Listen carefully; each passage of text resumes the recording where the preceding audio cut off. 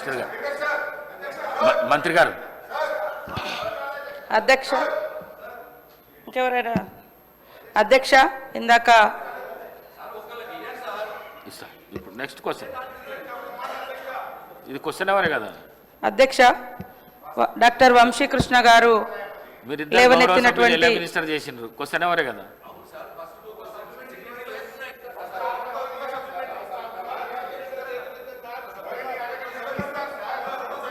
ఎవరైతే సిగ్నేటరీ చేసి ఉంటుందో వాళ్ళకు మాత్రమే అవకాశం ఇవ్వబడుతుంది, మీకు తెలుసు సార్. నేను మాట్లాడినాక మళ్ళీ వాళ్ళని మాట్లాడండి మేడం. సార్, ఇందాక వంశీకృష్ణ గారు లేవనెత్తినటువంటి అంశం నల్లమల్లకు సంబంధించింది సార్. అధ్యక్ష, మానవ వికాసానికి సమాజ అభివృద్ధికి రహదారులే జీవన రేఖలు సార్. రోడ్లు లేనటువంటి గ్రామాల పరిస్థితి ఎట్లా ఉంటుంది, అభివృద్ధి ఎంత వెనుకబడేయబడుతుంది అనడానికి నేను పుట్టినటువంటి ఆదివాసీ గూడాలు, పల్లెలు, తండలు, మామూలుగా అటవీ ప్రాంతాల పరిస్థితి మాకు తెలుసు. ములుగు కానీ, నేను ఇన్ఛార్జిగా ఉన్నటువంటి ఆదిలాబాద్ కానీ, నేను నిరంతరం పర్యటన చేస్తున్నటువంటి అచ్చంపేట కానీ. కాబట్టి అలాంటి గ్రామాలకు ఖచ్చితంగా రోడ్లు వేయాలన్నటువంటి లక్ష్యంతో ఈరోజు సీఎం రేవంత్ రెడ్డి గారు మరి ఒక ప్రత్యేకమైనటువంటి నిర్ణయం తీసుకొని రాబోయేటువంటి 4 సంవత్సరాలలో 12,000 కోట్లతోటి 17,000 కిలోమీటర్ల వరకు రోడ్లు నిర్మించాలని కూడా నిర్ణయించుకోవడం జరిగింది సార్.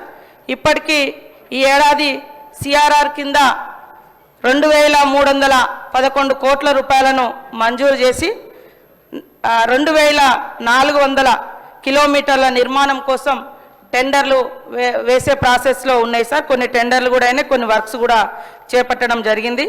రాబోయే రోజులలో ఇందాక మల్రెడ్డి రంగారెడ్డి గారు కానీ, వంశీకృష్ణ గారు కానీ లేవనెత్తినటువంటి రోడ్లకు సంబంధించి ఖచ్చితంగా మరి 12,000 కోట్ల రూపాయలు ఖర్చు చేస్తాం.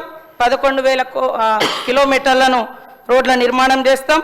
అదేవిధంగా తొందరలోనే 1,200 కిలోమీటర్లకు సంబంధించినటువంటి కొత్త రోడ్లను కూడా చేయడానికి ప్రతిపాదనలు కూడా సిద్ధం చేసుకున్నాం సార్.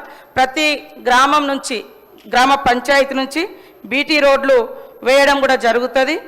లాస్ట్ మంత్లో సీసీ రోడ్ల కోసం కూడా 324 కోట్ల రూపాయలను ఇవ్వడం జరిగింది. గత మార్చి నెలలో 600 కోట్ల రూపాయలను కూడా సీసీ రోడ్ల కోసం ఇవ్వడం జరిగింది. ఇప్పుడు ఆర్ఆర్ కింద కూడా మరి ఎంఆర్ఆర్ కింద కూడా 1,150 కోట్లను తొందరలోనే మంజూరు చేస్తాం సార్. మొన్న వర్షాలకు దెబ్బతిన్నటువంటి రోడ్ల కోసం కూడా 50 కోట్లను రిలీజ్ చేయడం జరిగింది. కాబట్టి తొందరలోనే ఆ రోడ్లను నిర్మాణం చేపడతాం. గత 10 సంవత్సరాల కాలంలో టీఆర్ఎస్ హయాంలో 2,200 కోట్లు మాత్రమే వారు మంజూరు చేయడం జరిగింది సార్. ఆ రోడ్లన్నీ గుంతలుగా ఉండడంతో ఇప్పుడు మేము తీసుకుంటా ఉన్నాం యుద్ధ ప్రాతిపదికన. కాబట్టి అచ్చంపేట కూడా ముఖ్యంగా వైల్డ్ లైఫ్ ఏరియా, ఇది ట్రైబల్ ప్రాంతాలన్నీ కూడా మేమందరం రెగ్యులర్గా ఫేస్ చేస్తున్నటువంటి ఇష్యూ. కాబట్టి ఈ వైల్డ్ లైఫ్ ఉండడంతో ఇటు మా ఏటు నాగారం ఏరియా కావచ్చు, అటు కవ్వాల్ ప్రాంతం కావచ్చు, ఇటు మరి అచ్చంపేట టైగర్ జోన్లో కావచ్చు, ఇవన్నీ కూడా అక్కడ ఉండేటువంటి 100 సంవత్సరాలుగా నివసిస్తున్నటువంటి ఆదివాసీ గూడాలకు రోడ్డు రవాణా వేయడానికి ఆటంకంగా కూడా మారుతుంది. కాబట్టి ఇక్కడ నుంచి ఒక ప్రత్యేకమైనటువంటి అధికారిని పెట్టి వీటికి కూడా సకాలంలో ఈ చెంచు పెంటలకు కూడా పర్మిషన్ వచ్చి రోడ్లు వేసే విధంగా కృషి చేస్తామని తెలియజేస్తూ, ఖచ్చితంగా రాబోయే కాలంలో అన్ని రోడ్లకు ప్రతి జీపీ నుండి మండల కేంద్రానికి, ప్రతి హాబ్ స్టేషన్ నుంచి గ్రామ పంచాయతీకి రోడ్ల నిర్మాణం చేస్తామని తెలియజేస్తా ఉన్నాం సార్.